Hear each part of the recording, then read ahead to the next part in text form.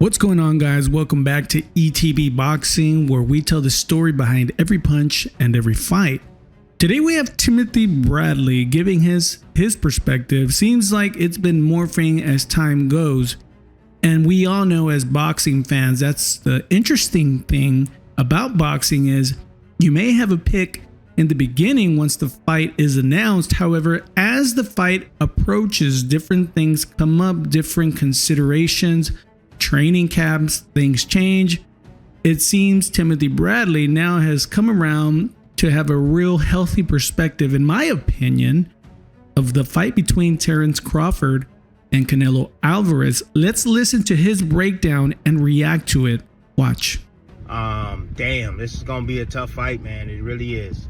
Let me just get to it, man. I mean, you know, everybody wants a picture of how the first round is gonna go and how the course of the fight's gonna go, man.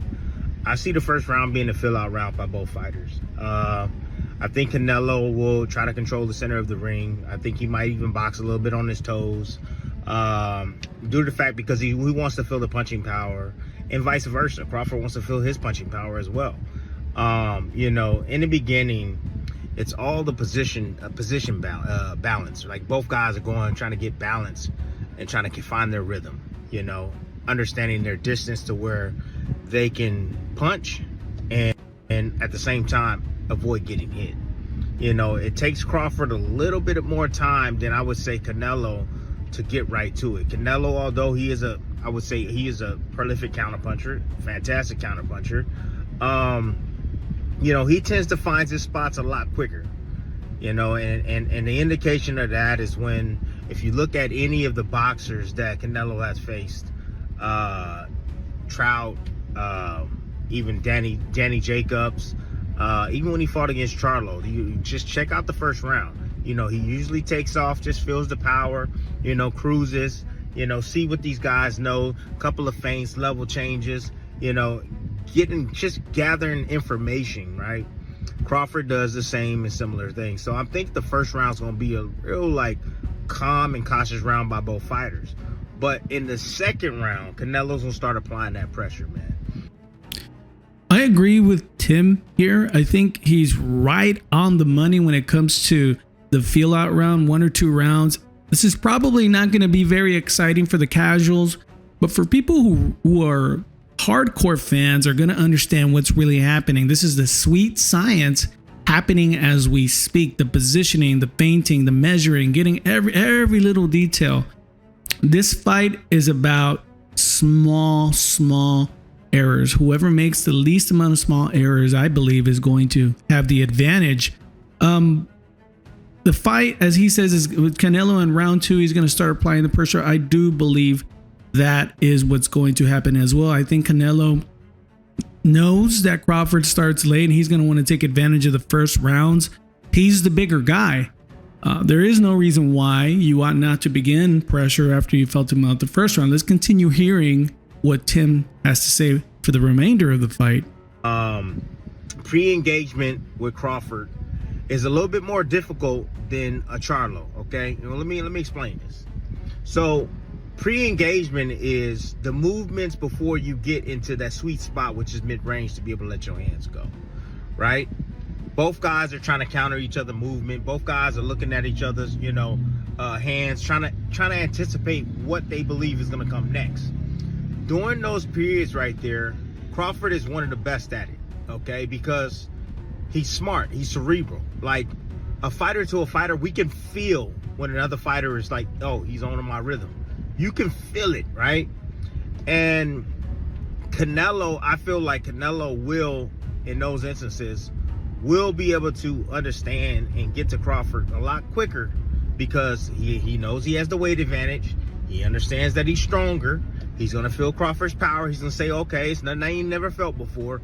And he's going to be willing to walk through some things or smother a lot of Crawford's offense to be able to get to him, to break him down. Understand this, that Canelo is a guy that has a ton of experience. He's been in there with all different types of styles. Punchers, boxers, southpaws, you name it. You know, he's been years in the game, man, since he was 14 years old, sparring against pros. in Mexico. You know, so he knows that when you're in there with a smaller fighter, you know, you're putting, you know, cerebral pressure on him, smart pressure on him, man. You know, you got to throw precise shots, which is what he does, and you got to debilitate him.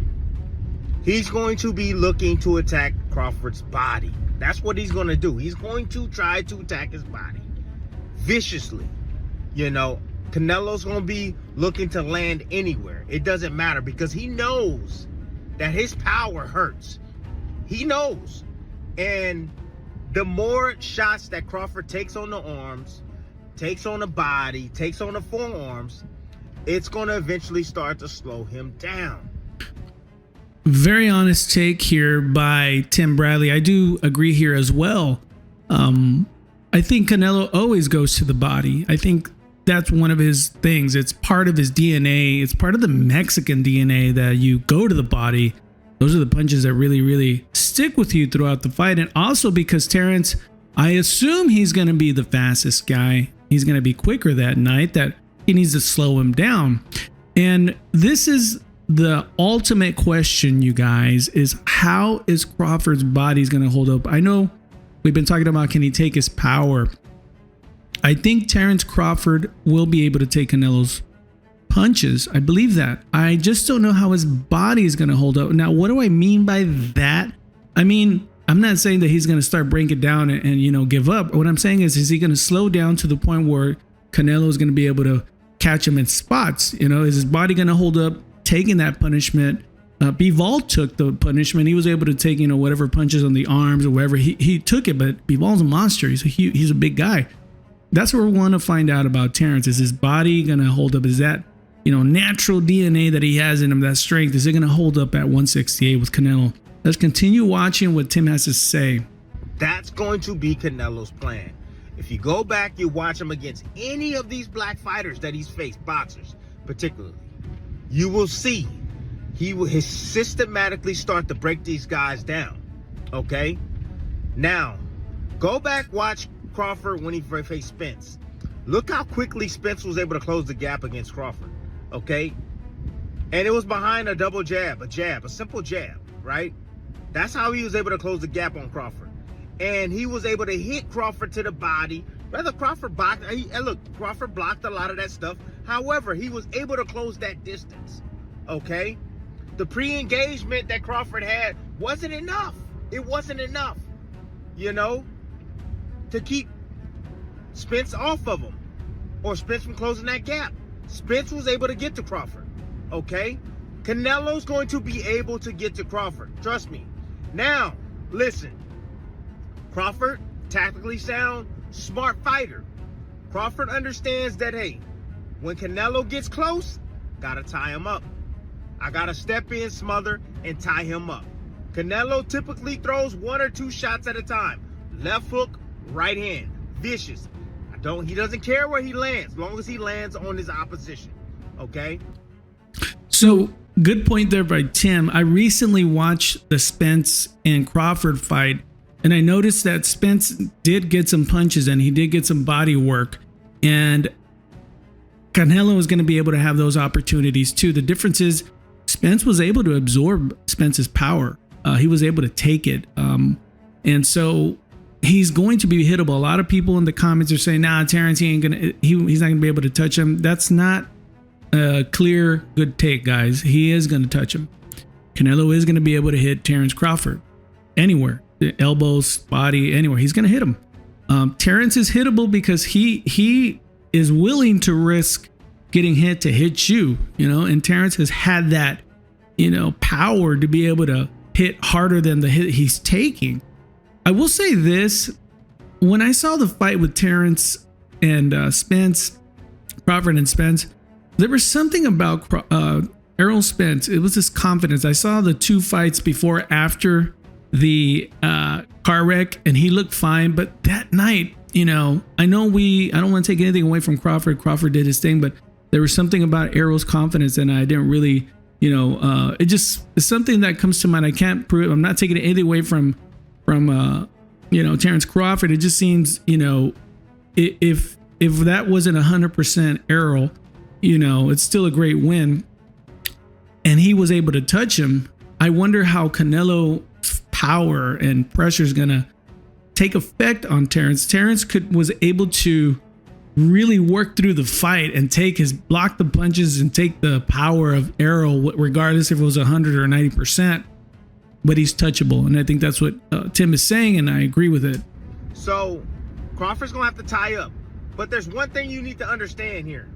Okay, let's talk about the referee, and this is where I'm telling you, this is where I used to always need to know who my referee are, my judges, because I need to know how the hell they ref. You already know Thomas. Thomas is cool. That's my guy, man. Like the guy a lot. Sole arbiter to the D-I-D-I-E. Yeah. He's not a guy that's fond of holding. Understand that. He's not. He's not a guy that is fond of tie-ups. He will warn Crawford early, okay? He's a guy that wants to see a fight, a ref that wants to see a fight, just like everybody else, and if you're holding or, let's say, tying up, he's one of those guys that's going to say, hey, that's enough, all right? Go study his recent fights. So Crawford going to have to be careful early. He's going to have to be careful early. If he's going to tie up Canelo Álvarez, and if he ties him up too often, because Canelo's going to close the distance on him. Now, remember, Crawford has a wrestling background, okay? He's going to be able to understand leverage on the inside. So, although Canelo will bag him up to the ropes at times, and he steps in, and he ties him up, Crawford's going to be able to get off the ropes. He's going to be able to understand which way to go, to get himself back into the center of the ring. All right? But early on, again, it's going to be Canelo's fight early on, because Canelo, again, being the bigger guy, he's going to be able to close that distance on Crawford. He's going to be able to corner him in spots. And every time he shoots a shot, it's going to be deadly. Okay? Whether it lands flush or not, it's going to be hard, and it's going to be appealing to the damn judges, okay? So this is where the second half of the fight comes in for Crawford, okay? Because the first half, I think Crawford might lose the first couple of rounds. I really do. Before Crawford downloads the information, okay? You go back, you watch any Crawford fight. He's a slow starter. He just is. You can watch Sean Porter fight. He's a slow starter. Okay, but once he starts to get smiling, and once he figures out his range, and he sees, right, and he recognizes, downloads everything, what you're attempting to do or what you're trying to do, and then he starts taking things away from you, okay, and he starts to make you pay for your mistakes after. And as the fight goes on, with his laser sharpness, his skills, and his ability to give different looks, that's when the fight's gonna start to turn up. This ain't gonna be no fight where Crawford gonna sit there and run all night. Hell to the no. Because he's not going to win this fight that way. He cannot. There's gonna be moments where Crawford's gonna have to fight this man. Yes, bag him up, put him on the defense, and he's gonna have to do it with combinations. Yep, I agree. I think I've been hearing a lot of people, he's gonna box him and avoid Canelo's power. That's not Terence Crawford. And whether that's a strategy, in order to win or not, I just think that was going to happen no matter what. But I do agree with Tim that he's going to have to not allow Canelo to dictate the pace, because he's the bigger man. He's going to have to push him back. He's going to have to use his fast hands. I was watching, again, the Spence fight, and Spence would come in really aggressive, and Terence would make him pay. When he was off balance, he would make him pay. Watch the fight. After like 3 or 4 rounds, Terence Crawford really dismantled him, but I don't see Canelo coming in wild that way. I think Terence is going to use combinations, getting Canelo off his pace, and I think that's where that fight is going to happen, where Terence is going to go to Canelo. But then again, Canelo is also downloading information, and that's where Crawford can counter too. Similar to what Bivol was able to do, okay? He's going to have to do that. You know, Canelo is going to come into this fight. If Crawford's expecting Canelo to be like he was for Skulls, he's not going to be that way. I know Crawford and his team, they're smart. They're going to have to prepare for the best Canelo Álvarez. I hope they're watching film on both his early days and the way he is now, okay? Because you'll be able to see some habits of Canelo. One of the things that I see, okay, from Canelo is that when you move to his weak side, there's exposure on that side from him, okay? When you get around to the weak side, meaning his lead hand side, okay, he has to turn all the way around, and it takes him some time because of his footwork, okay? His footwork isn't the greatest. Crawford will be able to take advantage of those moments. But as the fight continues, I'm telling you right now, Crawford will start to mount an attack if he's still there. If he's still there after 4 damn rounds. You know, that's saying something. Tim Bradley, that is saying something. If he's still there.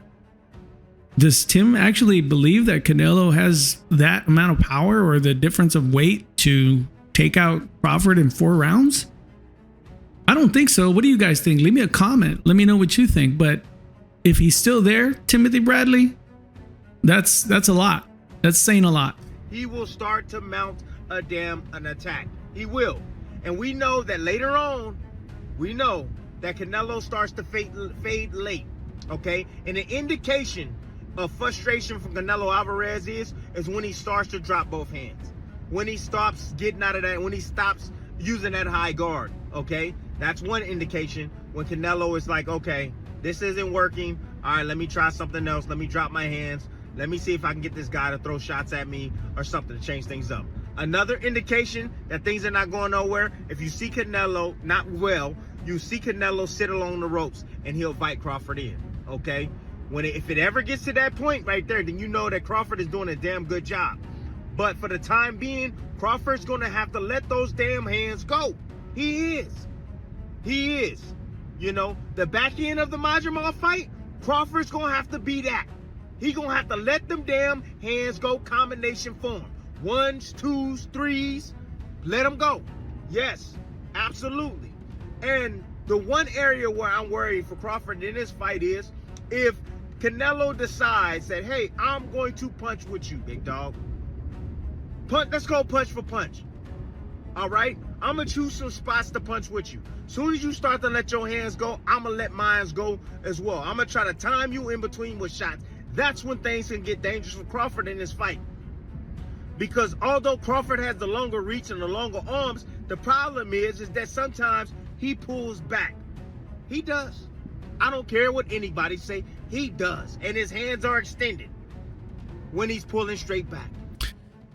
And you are susceptible for a straight right or overhand right when it comes to that. I am hoping that that moment happens in the fight where these two warriors decide we are going to exchange. We are going to fight and make a stand to see who is who. Very disappointed in the Skull fight, the Charlo fight. Very disappointed. Crawford's different. I do not believe he is going to do that. I don't believe he's going to be running away. And that's what makes Crawford special, is that it doesn't matter who's in front of him. He's going to mount an attack, as Tim says. But what is going to happen when they exchange blows, when they feel each other's ultimate power? What is going to be the outcome? How is that going to change the fight? And he gets clipped with right hands a lot.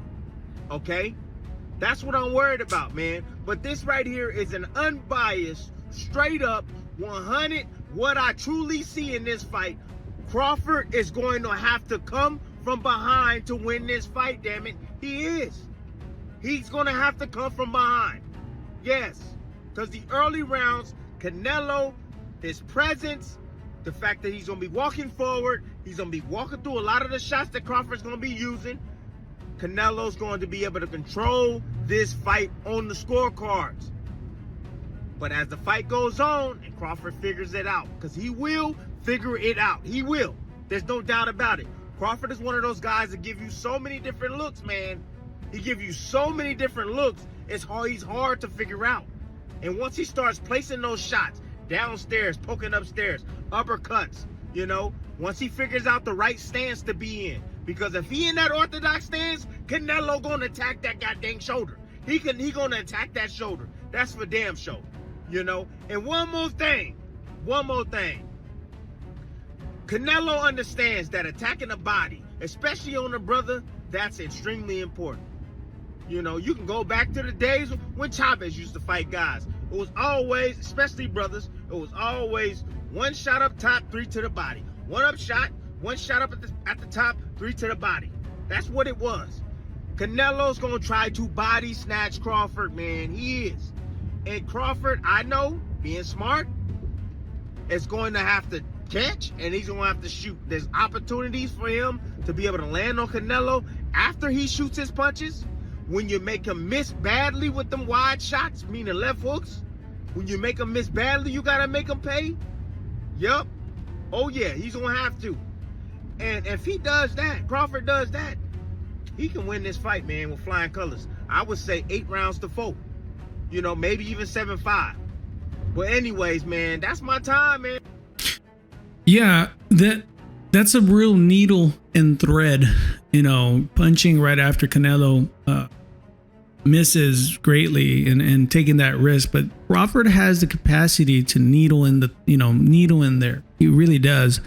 There is a great risk to countering Canelo, because then he could counter if he makes you miss. And then the question is, who is going to be paying the bigger price for the mistakes? So Canelo can make 3 or 4 mistakes and get touched, you know, but if Crawford makes 2, you know, what mistake is going to cost more? Meaning, you know, what's going to drain the fighter more or mess with them psychologically?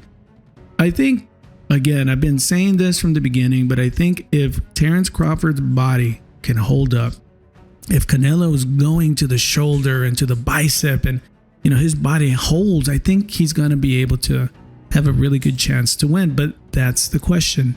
Anyways, guys, leave me a comment. Let me know if you enjoyed the content. Click like and subscribe to the channel. Remember, at ETB Boxing, we bring you every story behind every punch and every fight.